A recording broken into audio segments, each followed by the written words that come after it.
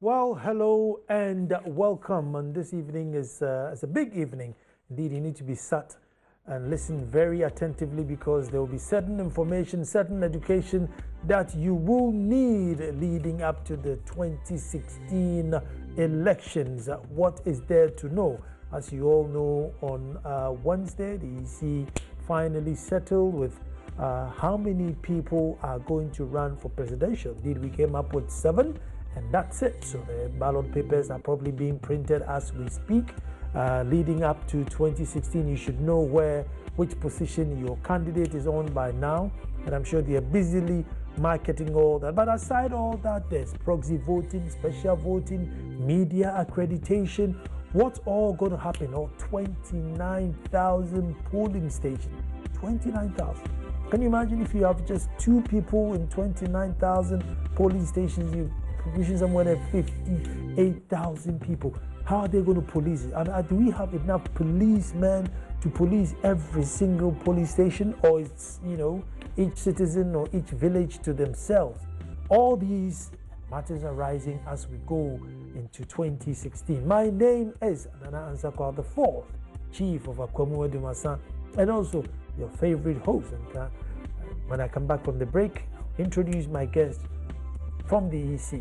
So don't move.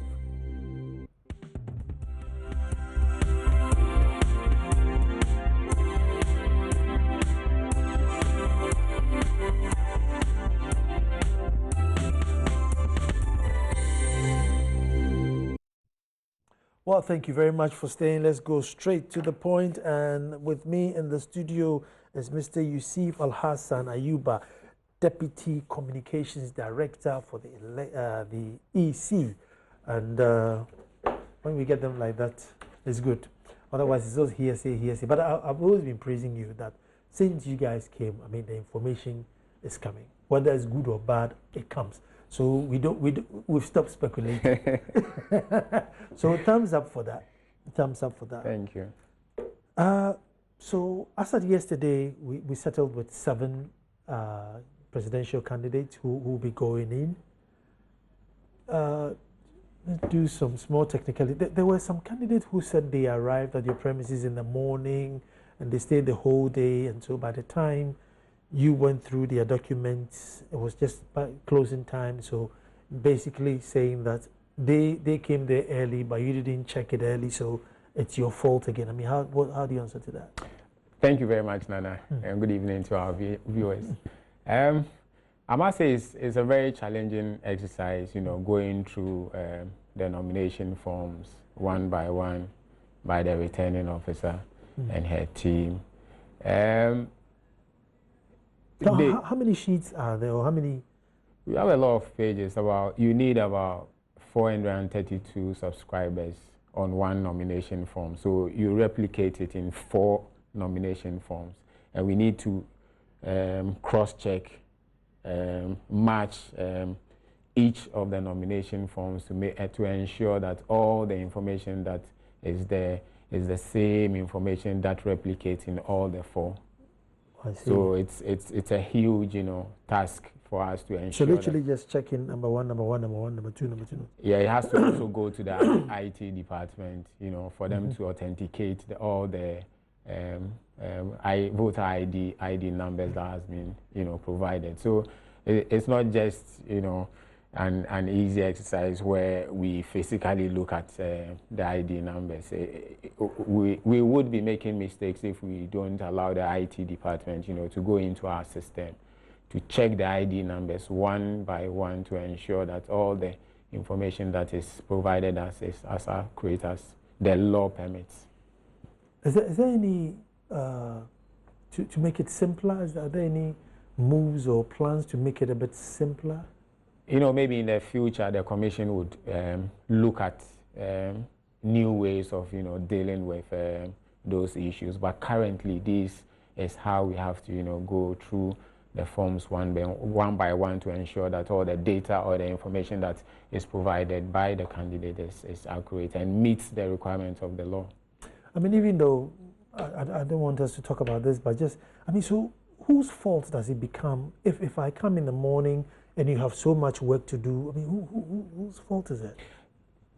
You know, you should know as a candidate the data or anything that you are providing in the nomination form, so that those information must meet the requirements of the law. So the onus lies on you. Assuming if we did not tell the candidate that these are the information that you need to provide, then they could, people could blame the Electoral Commission for not providing the information. But we've launched a guide to candidates and their agents, and every requirement that you need to meet is stated in there. We have the CI 94, which specifies exactly what you are supposed to do, in filling your nomination form or completing your nomination form. So they are supposed to know that these are the requirements that they are supposed to meet, and they must ensure that those requirements are met before they submit their nominations form to the Electoral Commission or to the returning officer. The CI 94 was quite was found or caught challenging a bit. That's why we ended up in court, because it seems to end in mid-air as to, when do I allow somebody back and not. So going forward, if there's a CI 95, are we drafting something there to make sure that, look, if you miss your date of birth, you are out, or if you don't dot an I, you can come in? This law guides the Electoral Commission in our operation in terms of the elections. So we use the law in our operations. So individuals could challenge that is not what the law means. Then it is the court that will determine whether that is the meaning of the law, or a particular provision in the law which we are applying. In our view, everything in that CI is correct until it is challenged in court, and the court agrees with the person who sends these issues to court. So as we stand now, it has stood the test of time. People have agreed with sections of the CI. They sent us to court, and the court has made a determination, and the commission has abided by that determination that was made in court. So what mistakes are you allowed to change, and what mistakes are you just shred your paper? I mean, if I get my date of birth wrong, would you ask me to correct it and come back? Yes, if it is within the nomination period, you provide an information and we check, and we realize that there's enough time for you to do that correction.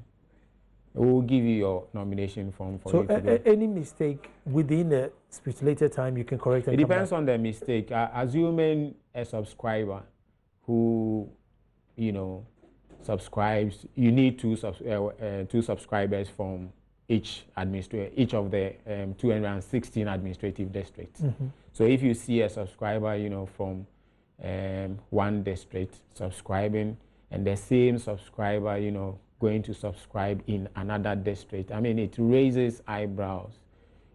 You will see the person having the same voter ID number, but then would be signing with different signatures from different districts. I mean, this is a clear case of trying to defraud cheat the system. Yes. So such a thing, you're out. You don't catch somebody stealing and you say, okay, you bring the item, you report the item, the person to the appropriate authorities for them to deal with that issue. So, oh my God, this is dragging on. But you see, then again, they said that it's a court that will determine that this person has done something wrong, not the EC. So in that case, do you accept the form until the court comes in to say, look, you're wrong now, get out, or the EC can just say, no. I think it is the understanding. We see certain infractions on the form. Then we say we don't understand these infractions, because like one person signing different, signatures.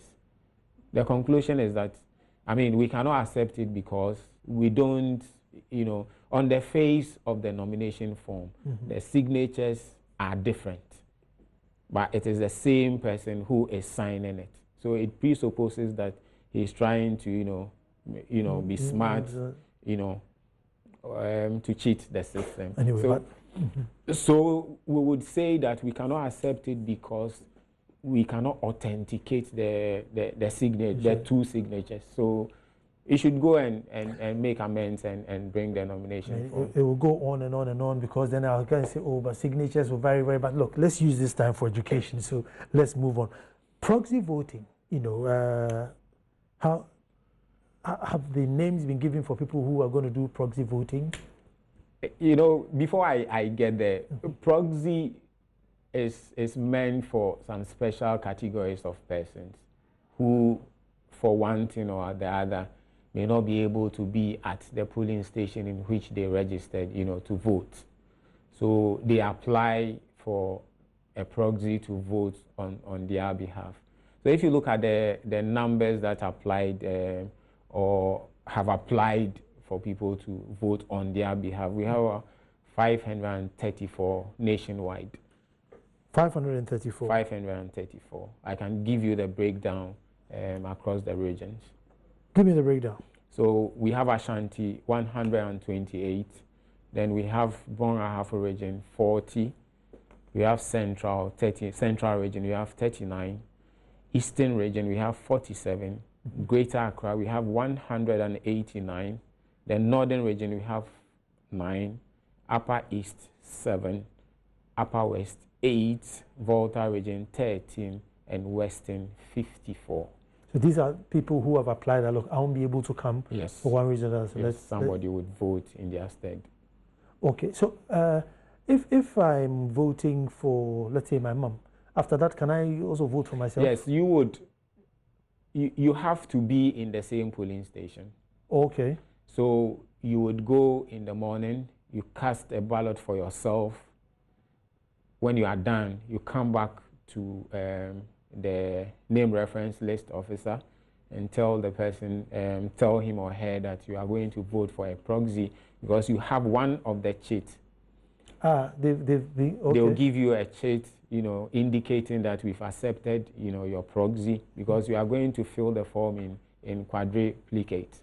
So one is kept at the polling station, one is brought to Accra, one is given to you, and one is given to the returning officer. Okay. So we compile the list of, so these numbers in the regions, they belong to specific polling stations. So the list is provided at the polling station. I see. So when you finish voting for yourself, you come back, they check the list of proxies at that particular polling station. If your details is found on the list, then you go through the same process that you have to go through, you know, in order to be able to cast your votes. Good. And then there's special voting. Yeah, special voting is meant for category of persons who would be actively involved in the election day activity, like the security agencies. You know, we have the media, we have the election officials made up of staff of the Electoral Commission, and then the temporal staff that we've recruited. Then I think it's made up of these three categories of persons. And how many people doing special voting? The total is about 65,001. 65,001. Yes. Special voting. And yes. And when are they voting? Special voting? They will be voting on the 1st of December. Okay, 1st December. And I think I can't confirm it yet, but I think there was a case in Supreme Court saying that, look, they should count special voting. Has the EC got an official position on that yet? Not yet. I'm sure the decision has come to the commission. The commission will look at it, then we will know exactly what to do. What to do with that? Okay. And the media. There was this accreditation thing, and you know, oh, do we have to pay to cover? So what's happening there? The media is not paying to cover the elections. If you look at the category of persons who are allowed to have access to the polling stations, the media is one of the persons who will be allowed to have access to the polling station. But then we need to identify all media personnel with a unique identification tag. Otherwise, you know, It is a day where you would need information. You will need to talk to specific people who are involved directly in the electoral process. You will need to go to places where these activities are taking place, like the polling station, like the collation center. Therefore, we need to give you accreditation to identify you so that we can offer you help if you need it, like speaking to a presiding officer, speaking to a security personnel. And we need to identify you clearly. The polling stations are across the country. If it's in Accra, maybe because we've been interacting, we can identify. But the presiding officers who are going to be recruited, they may not know all the journalists or media personnel. So we are going to print accreditation cards, and formerly we used to have donor support in printing those cards, but in this particular year we don't have a budget item for printing of these cards, and we've not received any money from any donor to print these cards. So we said the media houses should contribute 10 cedis each for the card, for us to be able to cover the cost of printing the cards. But it is not paying to cover the elections. Let me just tell viewers, if you are on Twitter, send the question and then I'll read it out to you. And it's at Nana Ansakwa. Twitter is at Nana Ansakwa. It's NANAANSAHKWAO. At Nana Ansakwa. If you have any question, send it via Twitter and I will ask it for you. 29,000 polling stations. So how do we police it? It's 28,992. 28,992. Okay, so it's 8 shy. Yeah, so this is the official, number of polling stations that we are going to use. How are we going to police it? In terms of security, or yes. We don't have that many policemen in this country. we are not going to only use policemen. I'm sure they have their own strategy for making sure that these polling stations have enough security personnel to make sure that they keep peace at the polling station. We use security agencies.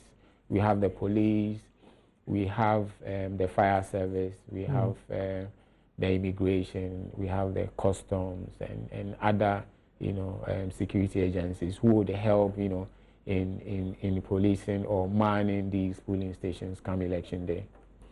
I'm going to take a break. When I come back, I want to find out from you see, if even though they are going by the law, do they pay attention to the sentiments of the people?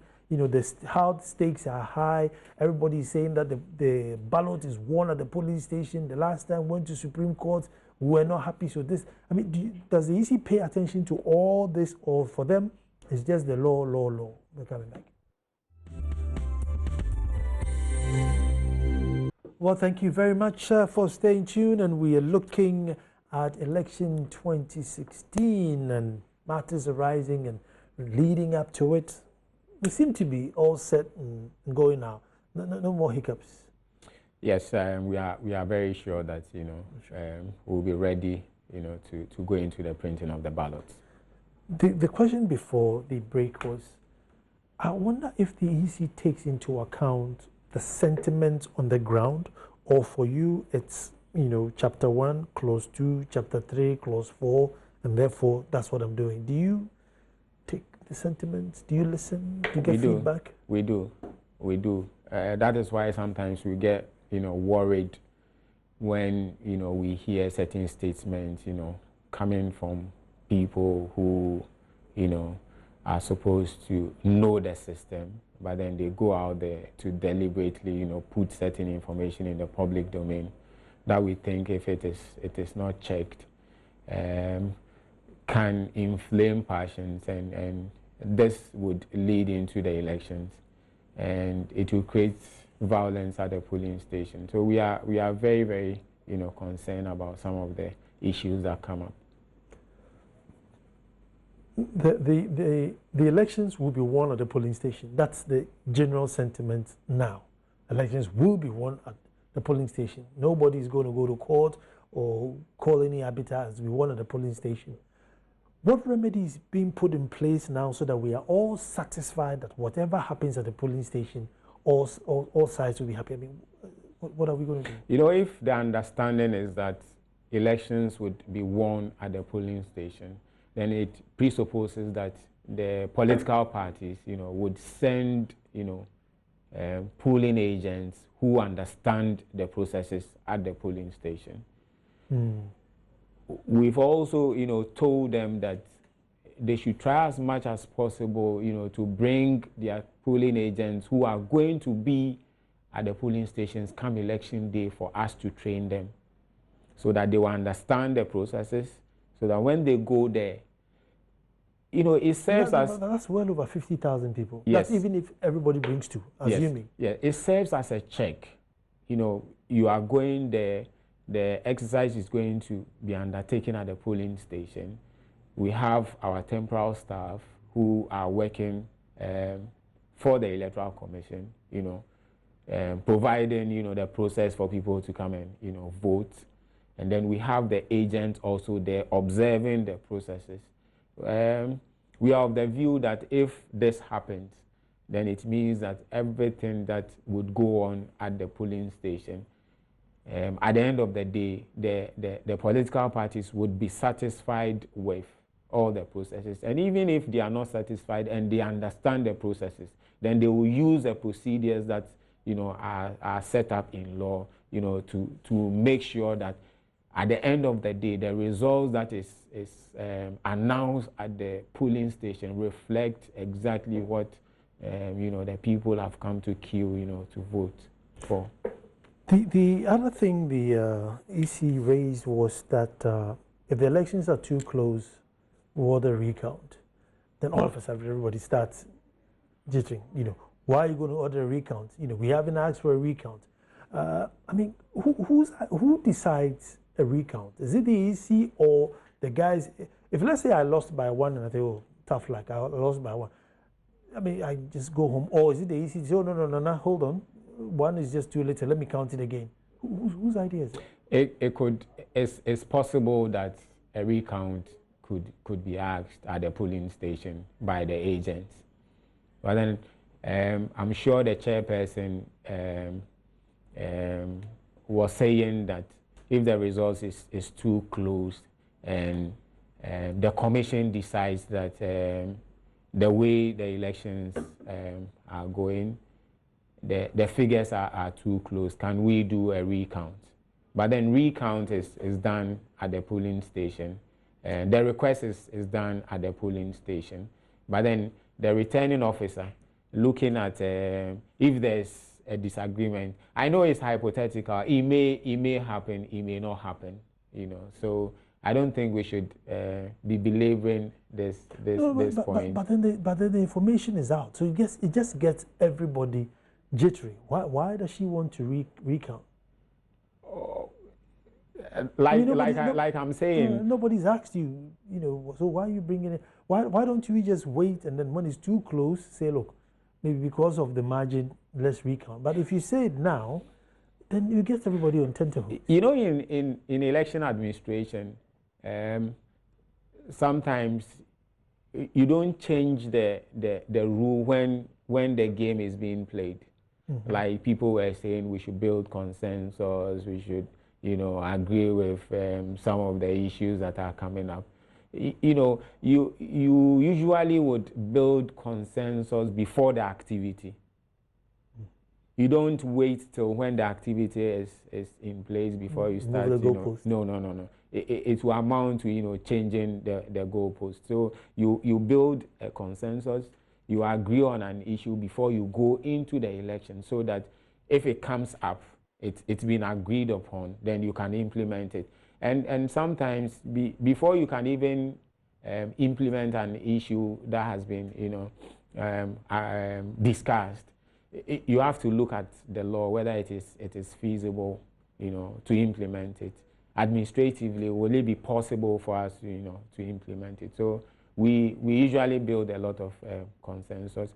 But the issue is that she made a statement, and I think we should wait and see what happens.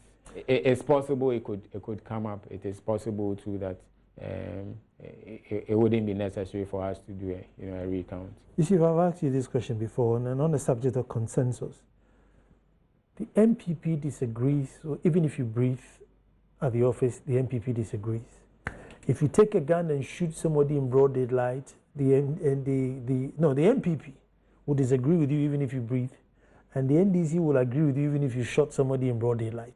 I mean, as a communication guy, you must be worried that, is there any information I can give that would be in the middle for these two people to accept? Because it's like, as soon as a statement comes, MPP is on the attack, and then you don't even have to come out. The NDC would be out there doing the communication for you.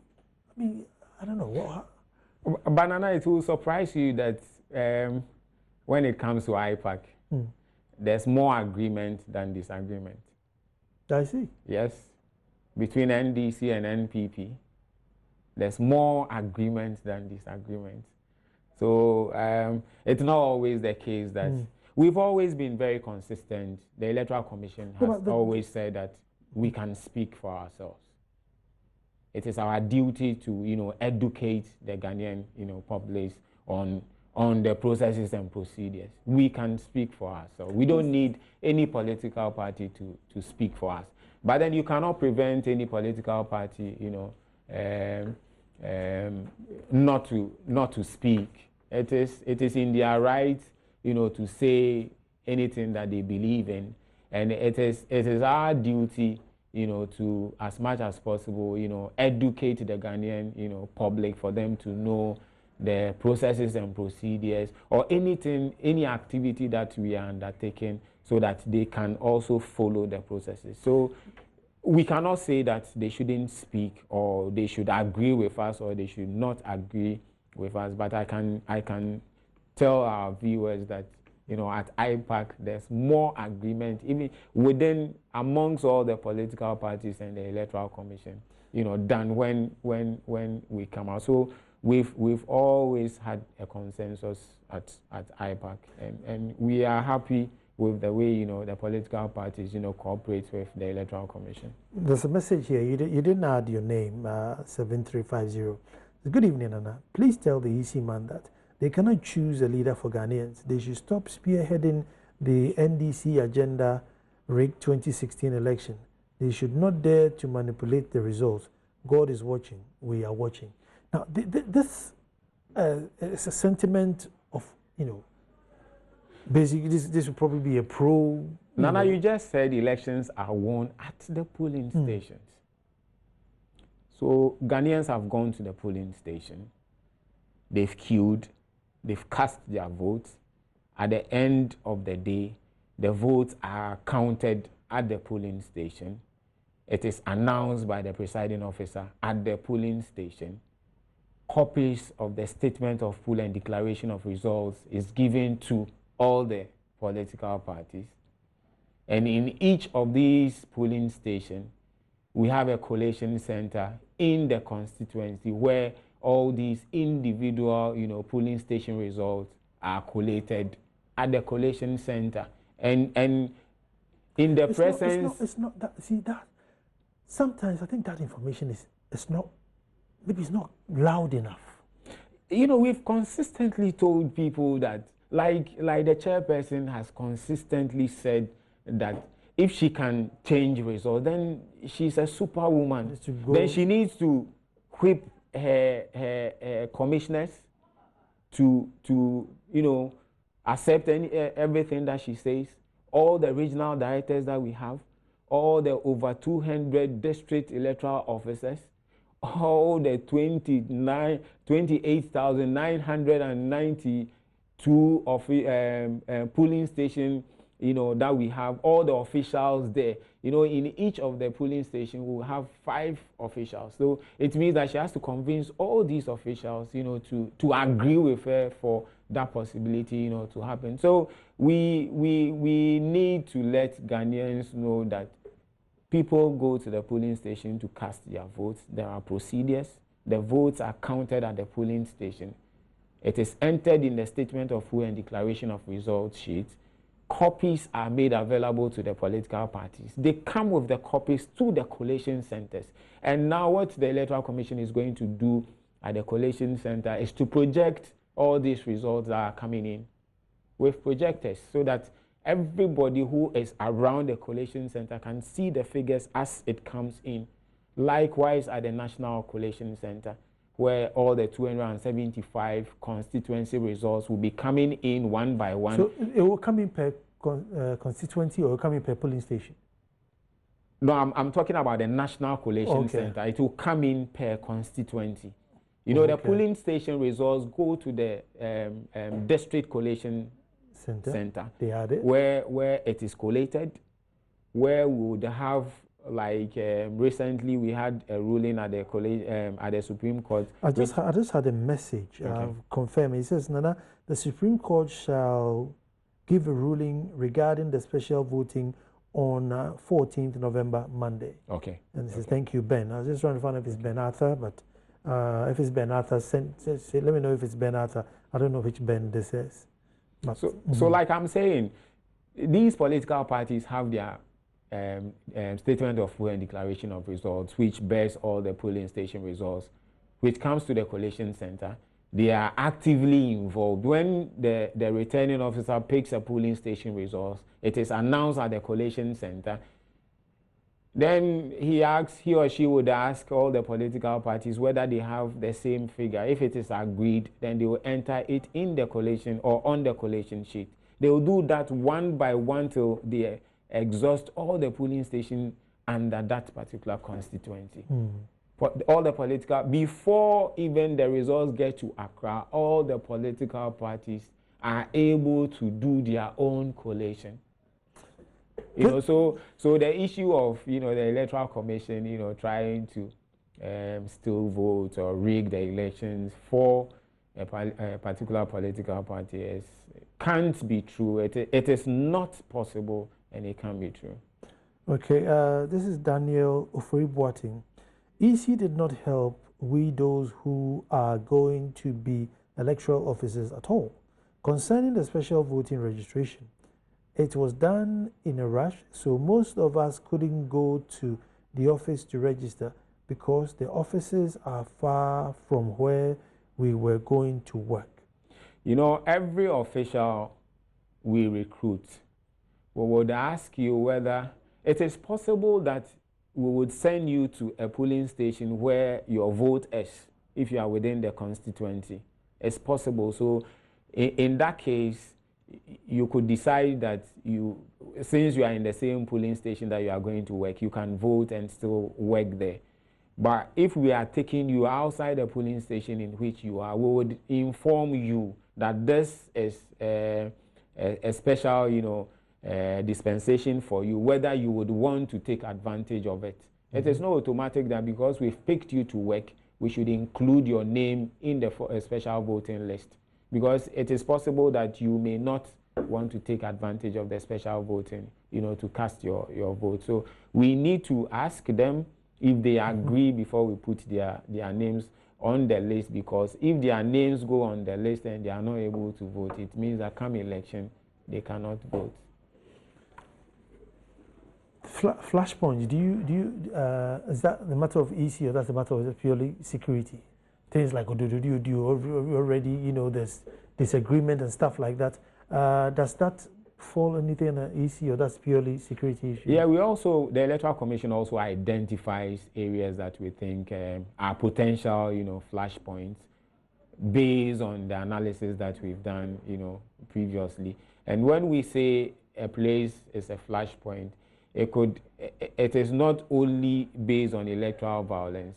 The place could be prone to maybe chieftaincy, disputes. And you know, some of these issues, when elections is getting closer, you know, people, you know, hide behind the elections and foment trouble. So this is one of the factors that we consider, you know, so that we would give these places to, or centers to, the security agencies, so that they can map up their own strategy, you know, going into the election, so that we would reduce the level of violence that sometimes happen in those areas. Okay, let's stay with reduction and go with reduction of spoiled ballot papers. There's a guy who came on the show. Oh, I've forgotten his name, but he came up with perforated. I don't know if he's demonstrated to you the perforated sheet, so that the one that you want, you just pick it out. So you know, so that there's no blotting of ink, and I don't know. Are you coming up with something to reduce? You know, year in, year out, when we have these activities, we sit down, we plan and look at how we can resolve some of these issues. You know, in going into a major elections like a general elections, you wouldn't want to introduce new things that has not been, you know, tested. So it is difficult for us, you know, to just take something new, we've never used it before, and implement it in a very large scale in a general election. It can backfire. So we are very careful in trying to, you know, use some of these issues. But if you look at the ballot that we are coming up with, the line between the candidates, we've taken, yes, it's a bit, so that it will be difficult for you to blot over. know, yes, you know, because it will be clearly, the lines will be clearly defined, and you will know that this is the boundary. I mean, so are we saying that 250,000 people could not thumbprint a picture? There are a lot of factors that, you know, results in rejected ballots. Some don't even know that if you vote for candidates and you think that you voted for the wrong candidate, you could come back, you know, for a new ballot, and that ballot will be cancelled and written on top, you know, spoiled ballot, and a fresh ballot will be issued to you.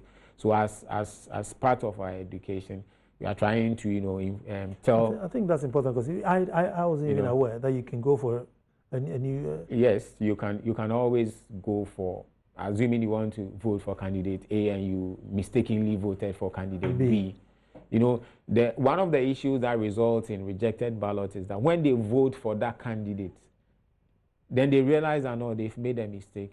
Then they will go and thumbprint the one they want to vote for. One, yes. So automatically you've you know, rejected your ballot will be rejected when the ballot box is open. So as part of our education, I mean, being that it's a secret ballot, right?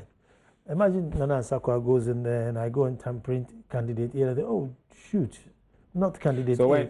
I'm not going to bring it back, because if I bring it back, you say, look, he's changing his vote, and his original vote was candidate A. So now it has to be either A, B, C, or X, Y, Z. You know, then no, the people at the polling stations are professionals.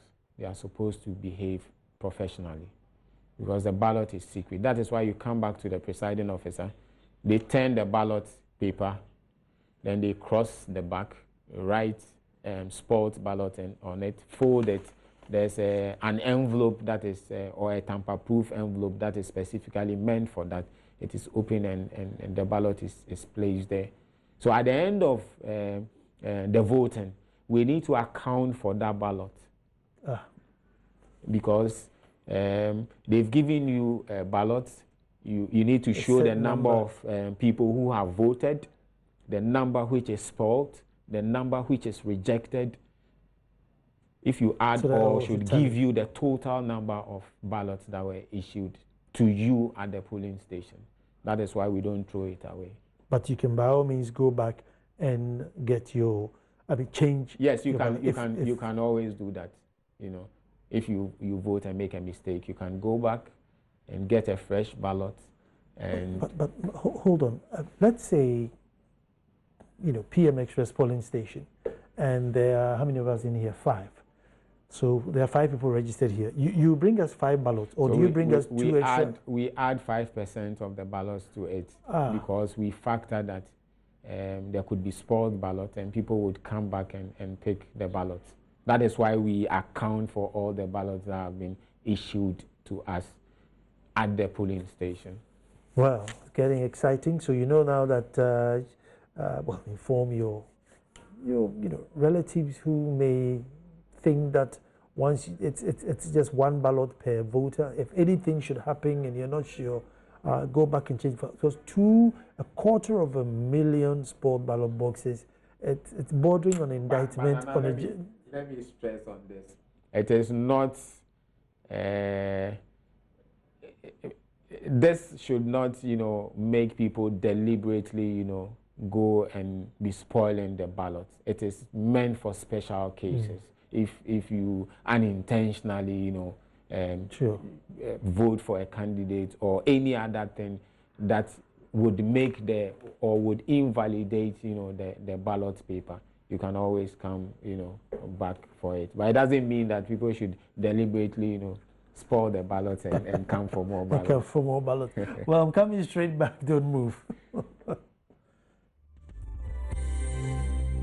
Well, thank you very much for saying, and it's at Nana and Sakwa. You can send a tweet or send it via the WhatsApp. Even though the WhatsApp it's a bit slow, but at Nana and Sakwa on Twitter, and I'll read your messages. Now, this questions on Twitter. Lawrence Owusu Asari says, over 140,000 temporary EC staff will work on election day. Why are only 65,000 people involved in the special voting? Special voting is a choice. Okay. You don't want to impose special voting on anybody. So until they request that they want to undertake, special voting, you don't put their names there. And like I said previously, it's possible that the people we are recruiting live within the vicinity, so they can always vote at the polling station in which they work. So it will not be necessary for them to, vote in the special voting. Okay. So, what are some of the reasons that you are acceptable for special voting? Do they have any reasons or any reasons? No, if you will be directly involved, in the elections, in the election day activity, like the security agencies who are supposed to provide security for journalists are supposed to, cover. They may be put in an area in which they don't have their vote, so it affords them an opportunity to vote early on before they can move to the center that they've been assigned. If you have to go to the market on that day, that's not allowed. On the voting day, I have to be at the market. No, it's not allowed. It's not allowed. Okay. Kofi Asmani says, what will be the mode of transmission of results from polling station to collation center to the strong room? From the polling station, it's going to be, they will bring the declaration of statement of vote and declaration of the results physically to the collation center. That's the presiding officers. And the political parties would also come with their copies. It will be, they all cross-check, and do the collation. So from polling station, it will be physically to the collation centers because it's within the constituency. Okay. Commission is looking at, trying to look at one or two things to see if it's possible that we can, transmit the results to the CCC or the NCC, National, Collation Center. So we will demonstrate that to the political parties very soon. Nana Sapon says, Nana, I heard the EC chair saying that the number of polling stations will increase to 30,000 on election day. Any explanations? No, it's not possible. Like I've given you, it's going to be 28,992. So polling stations are fixed, and you need to let the political parties know exactly where these polling stations are. So it's not possible that you've given this number, then come election day you go and change, polling stations. It will amount to, trying to, cheat the system. So it is 28,992 polling stations that are going to be operational come December 7th, 2016. And that's about it. Yes. And Dan Halsani, you know, complaining about volume. I'll get the technical guys to see what they have to do about that for you. But anything else that we need to know leading up? What are the really nitty-gritty that we need to know? You know, I've heard a lot of people talk about the manual verification. You know, it's been put in the law that you can, or you will be allowed to go through the manual verification if your fingerprints is not able to be picked by the biometric verification device. Let me explain the process. When you come to the polling station, the first person you see is a name reference list officer. We have a list that is arranged alphabetical from A to Z. So when you get to the station, you go, whether you have an ID card or not, you have to be a registered voter in the first place. So when you get to the name reference list officer, if you don't have an ID card, you mention your name according to the way it appears in the ID card. So you don't need an ID card to vote? Yeah, if it is missing, then there's no, you can't get it, so you will not have the ID card. But if you have it, they won't stop you from voting? No. So when you go, you mention your name as it appears in your category on the ID card. Because mine is lost. I don't know where it is. You can vote. The most important thing is to know your polling station. So come election day, you go to your polling station, you queue. When it is your turn, you see the name reference list officer, you give your name, the combination as it appears on the voter's ID card, because it will help the name reference list officer to quickly locate your name, because it's arranged alphabetical. So when your name is seen, the name reference list is arranged in such a way that it will tell the verification officer where your details is on the voters register. So if it is on page 5, it will show whether you are on the left of the register or on the right of the register. So the name reference list will just tell the verification. So you move to the verification officer, where every voter has a barcode on the register. So you have a unique barcode which is in the register. So we use the BVD to scan your barcode. That's the first process when you get to the verification officer. So your barcode is scanned, your picture pops up. Then the verification device would tell you where you should place your finger. So you place the first one. If it is not able to verify the first one, it will tell you to put the next one. So we'll try all the 10 fingers that you used in the registration. So after we've tried all the 10, it is not just that when you come and you try once and it's not able to pick, then we conclude that we should do the manual verification. We'll try all the 10, because the minimum that you need to be able to register is 6 fingers. So when we try all the 10 and it's not able to pick, your picture, we've scanned your barcode already in the register. Your picture has popped up. We can ascertain that this is Nana Ansakwa. So the presiding officer would pick a manual verification form, would fill it, indicating the reasons why you are going to be manually verified. All your details will be put on the manual verification form. All the party agents would countersign the verification officer to authenticate, the manual verification form to authenticate that, you've gone through all the process and you are the one that they are going to use the manual verification to verify you. So when you go through this process before you can take a ballot and vote. So it is not automatic that when you just appear at the polling station, then they look at your face and they say, oh, this is Nana Ansakwa. So you just go straight and you start using manual verification. It is a last resort when all your 10 fingers have been tried on the device and it has failed. Well, someone is saying that if I drop my ballot and I decide that, oh no, I need to You've change already it. cast your ballot. The ballot box has been sealed. So nobody can open it. Yes. Nobody can open it. So Yes. that's your issue there.